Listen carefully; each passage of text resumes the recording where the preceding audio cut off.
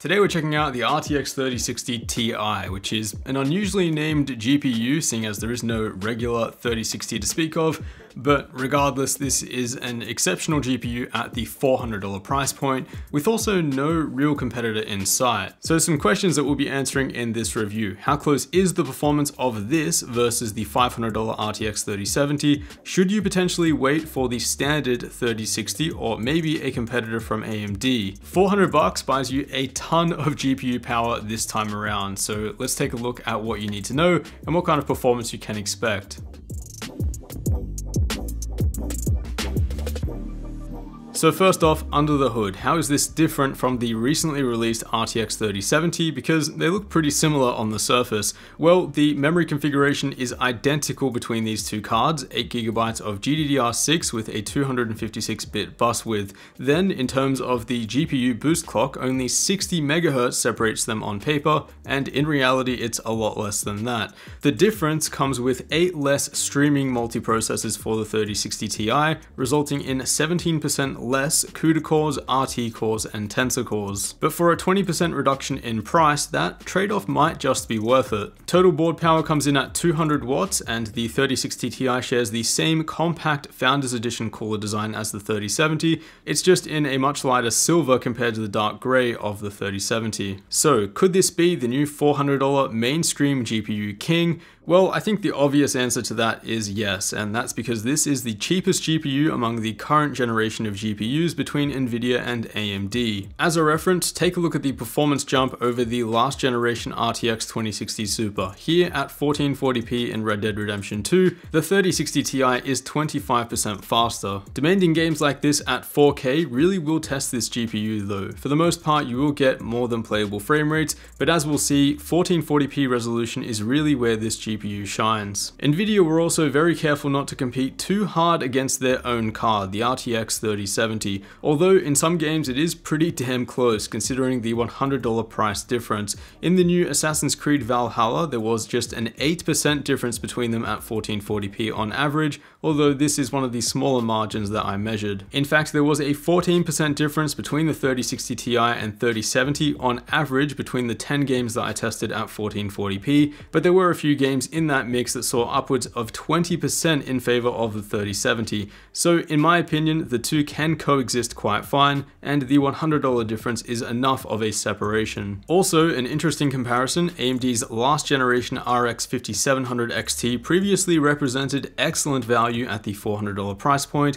but in this example, the 3060 Ti is almost 19% faster. So it'll be interesting to see what AMD's eventual answer to this GPU is. Their cheapest card at the moment is the RX 6800, which I've yet to do a full review on, but it is incredibly quick for $579, but that's quite a big leap versus the 3060 Ti and not really comparable. And another comparison here versus the previous generation $400 GPU from Nvidia, the RTX 2060 Super. In Rainbow Six Siege running maxed out at 4K, I found the 3060 Ti to be almost 40% faster, which is a huge generational leap. Now, I don't anticipate that many of you will be playing this game at 4K resolution, but those performance gains translate well into 1440p as well. There's a 37% jump in performance versus the 2060 Super, with the 3060 Ti now averaging 230 FPS at 1440p. Now, it would have been really interesting to have this card compared to a hypothetical Radeon 6700 XT, but for now, AMD just doesn't have anything that can compete against the 3060 Ti. This side-by-side comparison in Death Stranding shows your current $400 to $600 GPU options,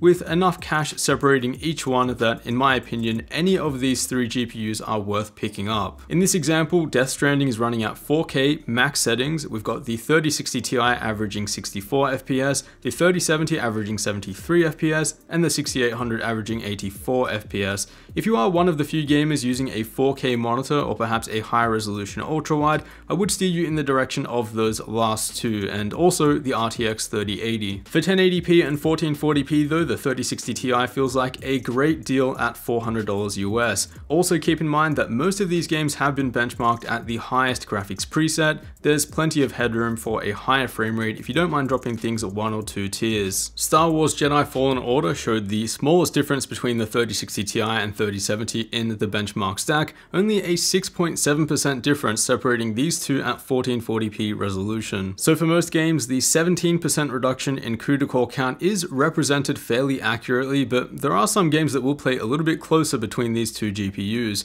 Some additional perspective here is that the 3060 Ti is consistently faster than the previous generation RTX 2080, so you really are getting a solid deal for $400. Before we talk about ray tracing and DLSS, here's a slightly larger comparison of the 3060 Ti versus the 3070 at 1440p. For the 20% difference in price, the performance difference does make sense. It's not enough to separate these GPUs into two different categories where one is capable at a certain resolution and the other isn't. I'd consider both of these GPUs to be capable at 4K and ideal for 1440p. On average, I found a 14.6% difference between them across these 10 games. And despite also having 17% less ray tracing cores and tensor cores than the 3070, it's still perfectly capable when you turn RTX on. In Control at 1440p with otherwise maxed out settings, enabling ray tracing and DLSS leaves you with a comfortable frame rate above 60 FPS. For some perspective, that's something that the $100 more expensive RTX 2070 before it couldn't do. But it's really DLSS that's the real hero here, and I'd consider this one of the major features to weigh up when choosing between AMD and Nvidia. The supported game library is growing, and it can make for a game-changing frame rate boost, and in some cases improve visual quality at the same time. Watch Dogs Legion, for example, enabling ray tracing in this game at 1440p on the 3060 Ti absolutely tanks performance to what I consider unplayable frame rates. DLSS can be used in conjunction with ray tracing to bring frame rates back up to pretty much what they were before.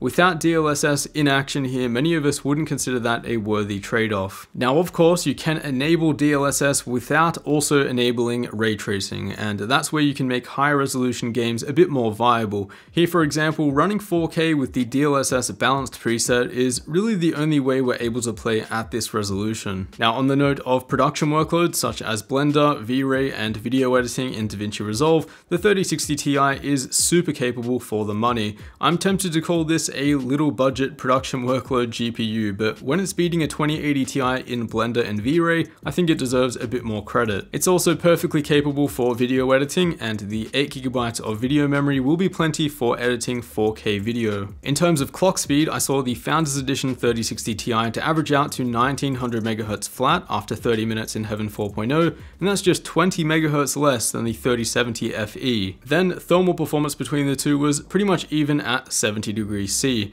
Power consumption is also right around where you'd expect for that listed board power as well. Total system power at the wall was just 319 watts, and that's alongside an overclocked 10900K. The biggest question that most of you probably have now though is, if this is the 3060 Ti, where's the regular non-Ti 3060 for cheaper? And there's no news on that just yet, but you can only assume that Nvidia will have one currently in the works. After all, how long can a 3060 Ti exist without a regular 3060 by its side? Surely that would be confusing for consumers. So if you are still holding out for a more affordable option, say around the $300 price point, waiting an extra month or two might be something to consider for a slightly cheaper alternative. Otherwise, the RTX 3060 Ti is an excellent GPU to be looking at for $400, a massive leap from previous generations, and like I said, there really is no competitor at the moment, so it's up to you if you want to wait. Alongside the 3070, I believe the two can coexist. Both of them are great options for a 1440p gaming monitor, but if you're looking at high refresh rate 1080p, I would definitely go for the 3060 Ti instead. When this thing is faster than an RTX 2080, I would probably consider this overkill for 1080p. Now, as for AMD, they're still stuck competing in what I would call the enthusiast tier GPU market around $600 plus, but given that they are competitive in that price bracket against Nvidia, you can only assume that they'd be competitive at $400 as well. So waiting for a 3060 Ti competitor is definitely an option, although I think that might be a while. AMD barely seem to be filling stock even for those existing premium cards. For now though, the RTX 3060 Ti gets a big thumbs up from me. Cheaper GPUs is exactly what we need right now, with tons of GPUs coming out and they're all $600 plus. you know, not everyone wants an expensive GPU like that in their gaming rig, especially with most of you gaming at 1080p. So 3060 Ti is perfect for that in my opinion. As always, the links will be down below so you can check pricing and availability in your region, and I will see you all in the next one.